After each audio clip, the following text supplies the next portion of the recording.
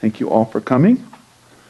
And our reading is What Is It to Fail Spiritually? This is from Rays of the One Light.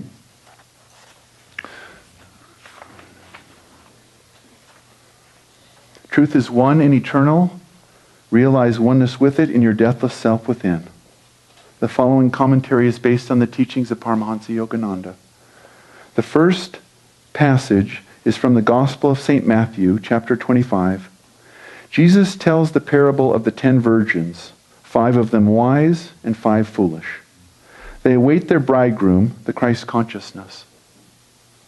The wise virgins keep the oil in their lamps, symbolic of their devotion, lit through the night. The foolish virgins placed no oil in their lamps. These foolish ones are like the average devotee, going through the motions of outer ritual, but keeping no fire of love burning in the heart. When the bridegroom's coming is announced, the foolish virgins realize their mistake and hasten out to purchase oil. During their absence, the Christ consciousness comes and embraces those who have been awaiting him with devotion. The foolish ones, by their lackluster devotion, are not accepted by him. Watch, therefore, Jesus told his listeners. For you know neither the day nor the hour wherein the Son of Man cometh. In the autobiography of a yogi, Paramahansa Yogananda describes the foolish virgin consciousness he encountered in the Mahamandal hermitage he stayed in as a young man in Benares. I was pleased, he wrote, that my new home possessed an attic where I managed to spend the dawn and morning hours. The ashram members, knowing little of meditation practices, thought I should employ my whole time in organizational duties. They gave me praise for my afternoon work in the office. Don't try to catch God so soon. This ridicule accompanied one of my early departures towards the attic. Later, during meditation, I felt lifted as though bodily to a sphere uncircumscribed. Thy Master cometh today.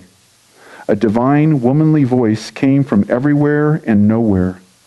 This supernal experience was pierced by a shout from a definite locale. A young priest nicknamed Habu was calling me from the downstairs kitchen. Mukunda, enough of meditation. You are needed for an errand. The Divine Mother's words were not spoken for the benefit of that priest, the foolish virgin, but for Mukunda, the wise virgin. For this was the day his guru, Sri Yukteswar, came to him. Grieve not, friends, if you feel that you have been foolish. No error is forever. Someday, if you keep your lamp lit now, your opportunity will come. In the Bhagavad Gita, the 6th chapter, Krishna promises every devotee, Arjuna, none who works for self-redemption will ever meet an evil destiny. Spiritual failure, though a deep disappointment, is always temporary. Eternal hellfire is but a projection of vindictiveness in the human mind. Thus, through Holy Scripture, God has spoken to mankind. Om, Om, Om.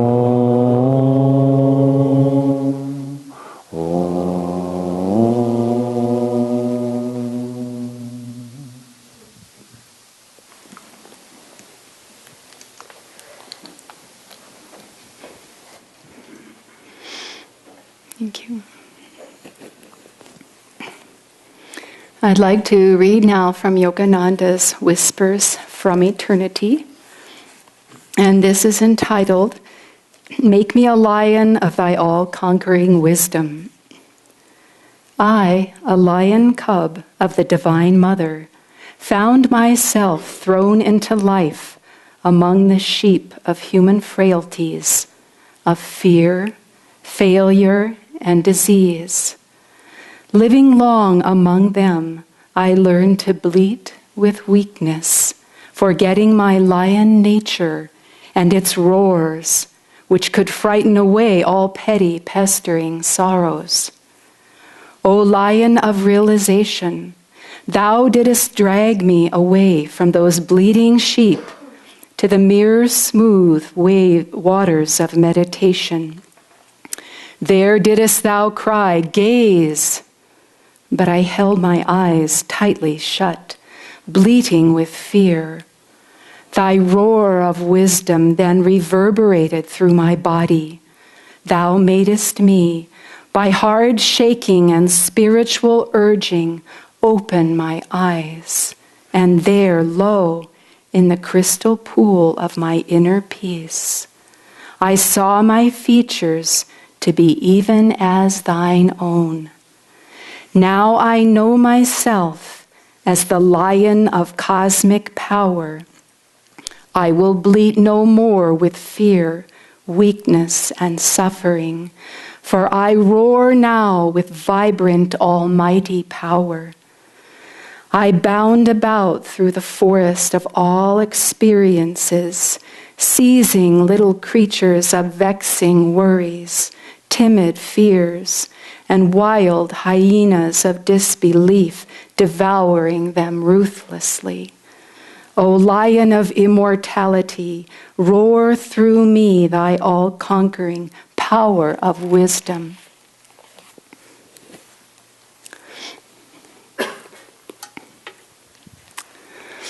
I wanted to, I didn't think of that reading from Whispers, but when my gaze caught it, I thought it very appropriate for many reasons, but it highlights one of many themes in the reading this morning, and one in particular that I want to focus on.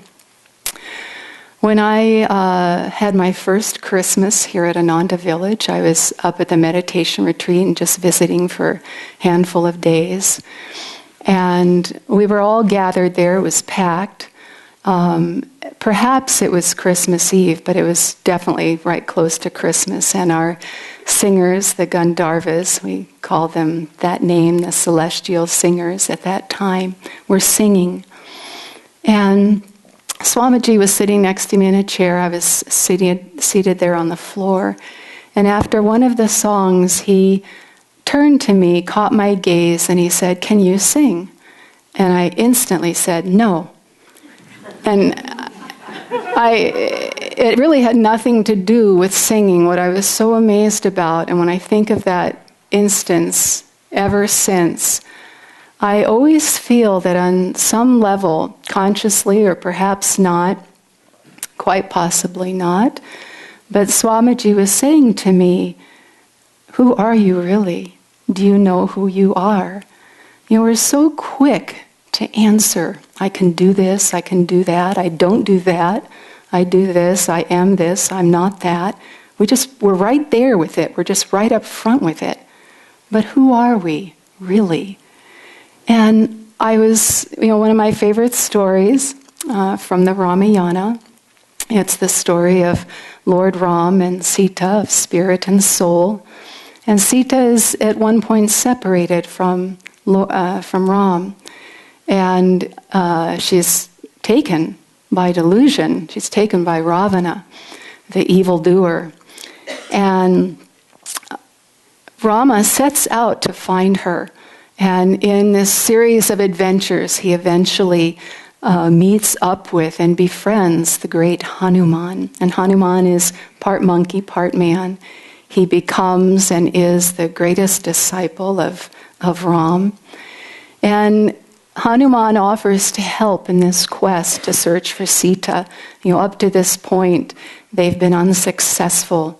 And so Hanuman gathers up all of the monkeys, and Ram sends them to the four corners of the earth of Bharata, India, north, south, east, and west. And to the south he sends Hanuman, and he instructs them all. They have got to find Sita. Time has gone by, time is running out. It's a desperate situation. You have 1 month's time. That's it. You have got to find her. And so everyone heads out. And Hanuman takes one of the bands of monkeys, and they head towards South India, towards Ceylon. It is possible, someone says, that Sita was carried away by Ravana to the south. So they head there, And they arrive ultimately after many incredible adventures at the shoreline. And they're looking at this expansive sea out in front of them. And the time has lapsed by this point, and they are desperate, they are hungry, they've had no further clues of Sita's whereabouts, and they are suffering greatly. And naturally, they feel like they have failed. They have not been able to find Sita for Ram. And they feel that she's over there in Sri Lanka, but there's this huge expanse of sea, and that's kind of the last straw. And they sit there, and they're dejected, and they're looking across this sea, and the morale overall is really low. And finally, after some time passes, they're really about to throw in the towel.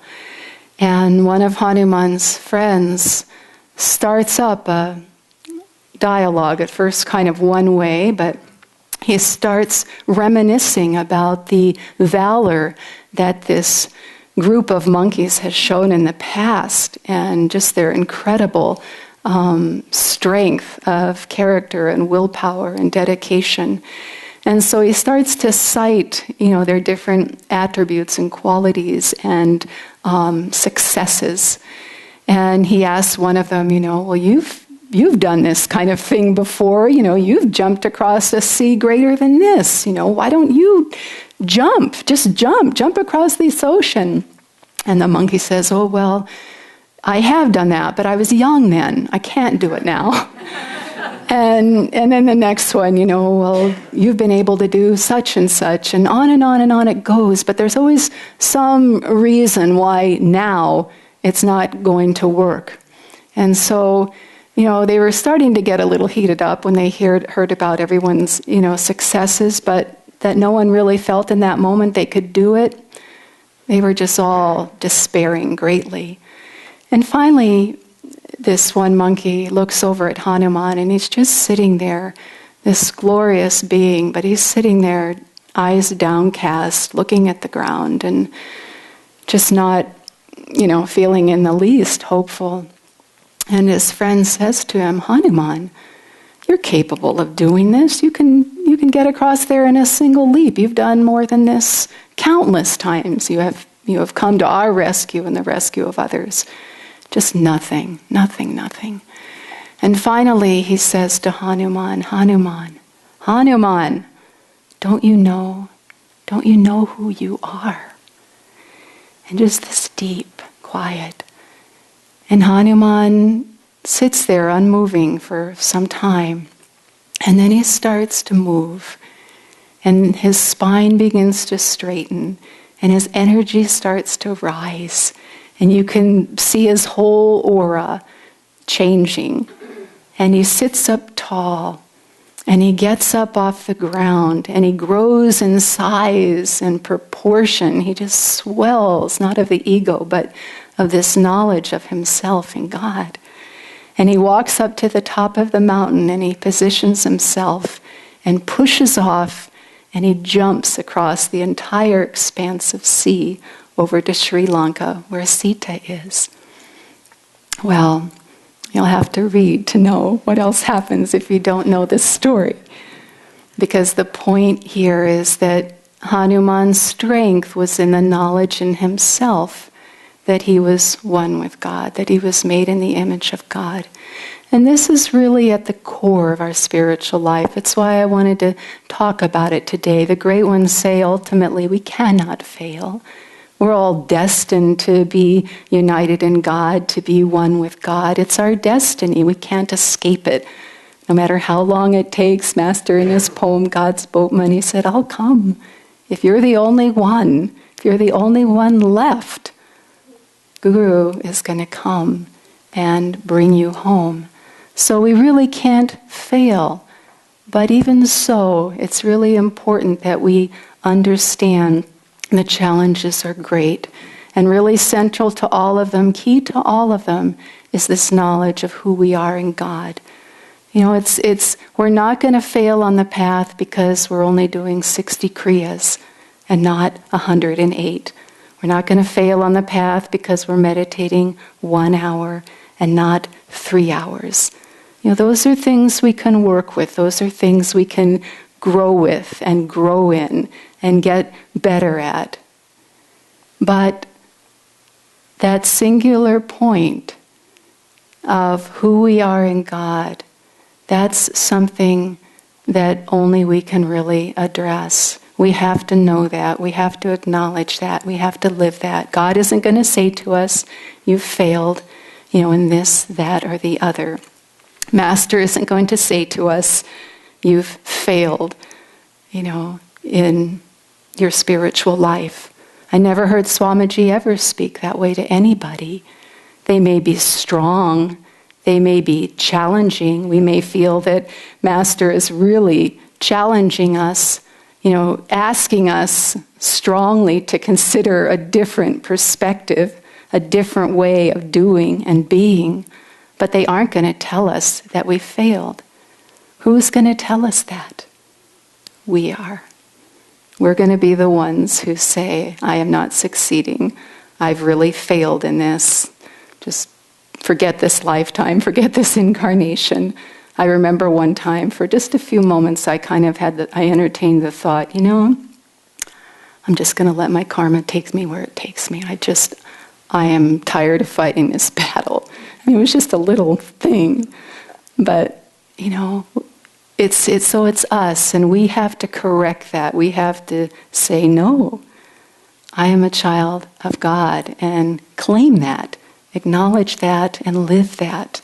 Master was so big on affirmations. He wrote countless affirmations. Swamiji wrote countless affirmations, and they are all to keep us in this expanded state of consciousness.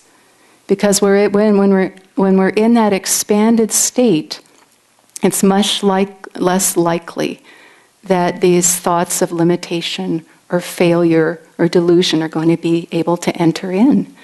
Because we're affirming, as Ananta read this morning, this affirmation of Swamiji's, we are immortal, we are ageless, we are free.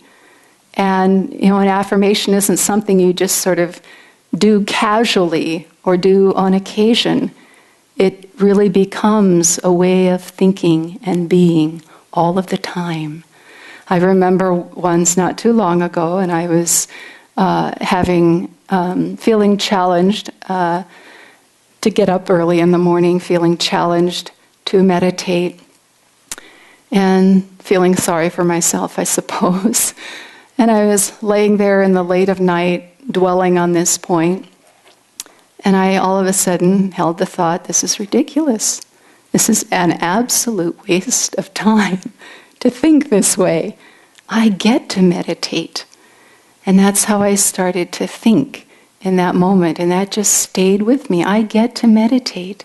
In this incarnation, we have all gotten to a place in time, in our evolution, and we get to meditate. I get to sing to God. I get to hold the thought of Divine Mother. That's incredible. What an opportunity. And just in that moment, everything turned around. It was like, okay, I have the energy for this. What a blessing. What a grace. There's a beautiful, in one of the translation of song, Radha, the disciple, the very great disciple of Lord Krishna. And Lord Krishna at a young age went to fulfill his destiny as king. And all of the gopis, all the devotees of Krishna were so despairing at such a loss of their Lord. And this translation of this song, part of it, Radha is saying, "O Krishna, I have never been able to look at you to the fullest satisfaction of my heart. I have these human eyes, they blink and obscure your vision. And then also they fill with tears, so much so that I cannot see you." Just so beautiful, that level of devotion. Master said that, to be aware of lukewarm devotion. Be aware of lukewarm devotion. I was thinking about that.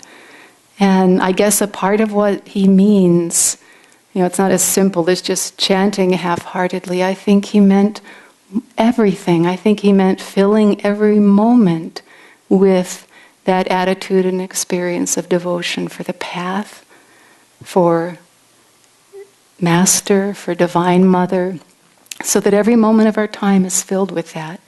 You could look at Swami Kriyananda's life and you could easily say the purpose of his life was, as he saw it, to be a good disciple. It's really quite something with all of the things that he has done in his life. But that's how he would oftentimes state it. It's really all that mattered to him.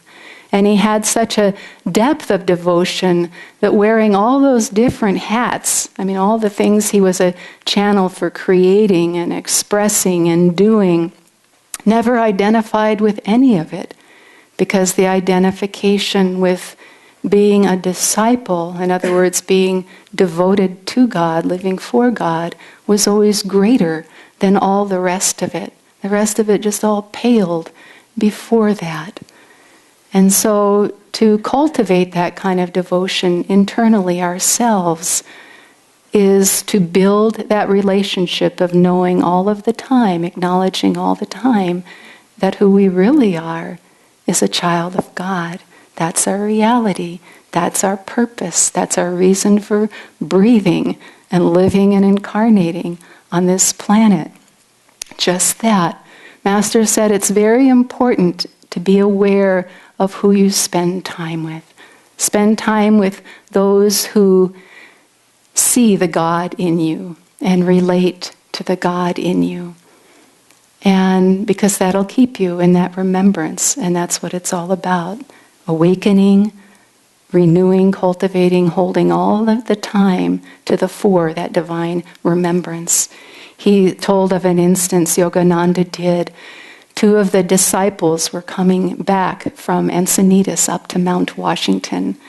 And they drove up together and talked about all manner of things. And their usual pattern was to talk about things of the world, which, when we engage in that kind of dialogue, draws us very quickly into restlessness and forgetfulness. And when they arrived at Mount Washington, Yogananda looked at them and he told them word for word everything they said. He said, you two shouldn't hang out together. But they didn't listen to him. And eventually they both left the path. It's just so important that we utilize our time to be with God, to be with those who remind us of that reality. We can still live and serve and be in all of these other varied realities that the world offers us, that we need to be in order to do His service, but to never forget who we are in God. That's really the key to success. That's the key to rising above every challenge, every circumstance, every test that comes to us. I wanted to share one more story, and it was a number of years ago. A dear friend of ours in Sacramento are no longer with us, and we knew this person a very long time, and they always were very afraid of things.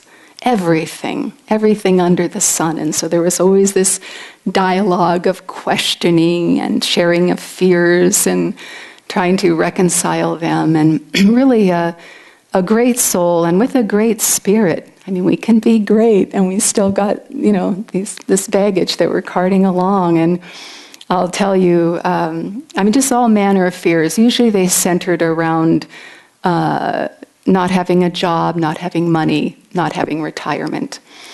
And so at a certain point, this individual was diagnosed with a terminal illness. And right away, she called us up. She said, guess what? I don't have to worry about my retirement anymore. That's how she introduced the news that she wasn't going to be around much longer. Just beautiful, beautiful spirit. And but this went on, even given that dictum, if you will, of a terminal illness. just resurrected many times. It was probably about 5 years that went by before she really left this plane. And toward the end, just the one fear, all the fears seemed to coalesce into this one. And this one was, is Master going to be there for me when I leave? Will he meet me on the other side? Will I be able to recognize my guru? And this was huge. This was huge. And it was something that just came up on a daily basis. And it wasn't traumatizing. I mean, she was still functioning and of great spirit. But this was really the core thing that just kept nibbling away. And finally, she wrote to Swamiji.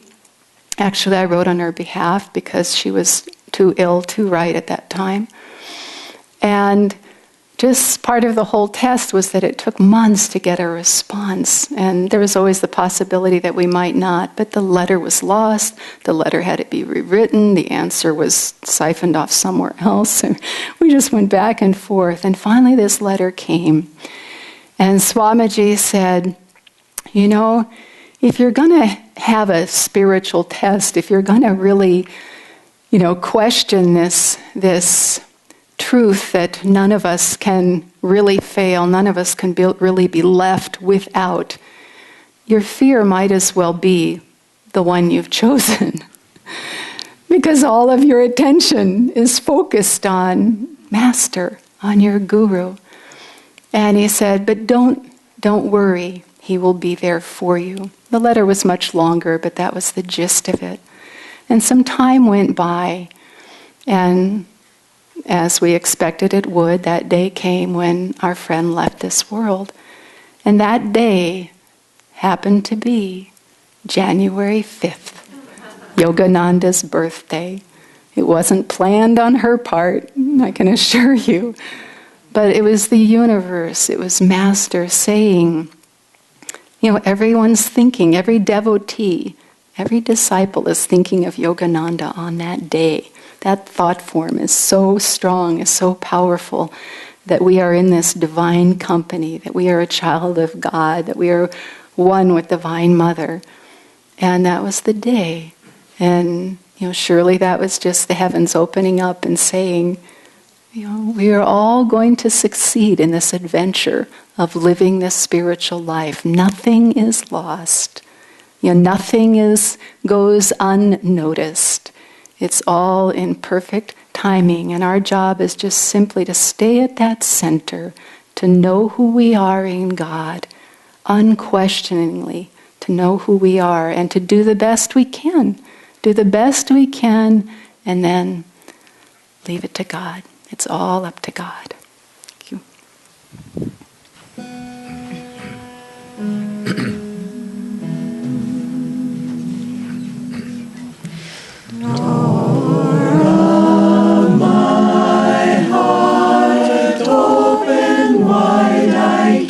For thee, door of my heart, open wide I keep for thee.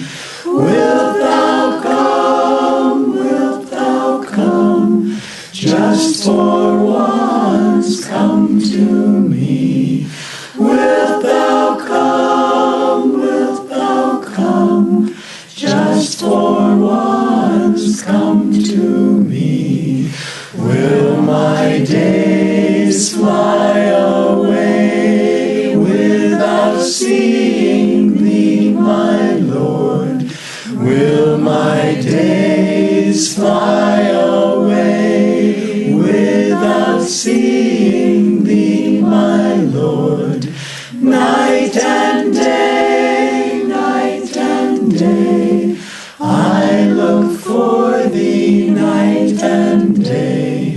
Night and day, night and day, I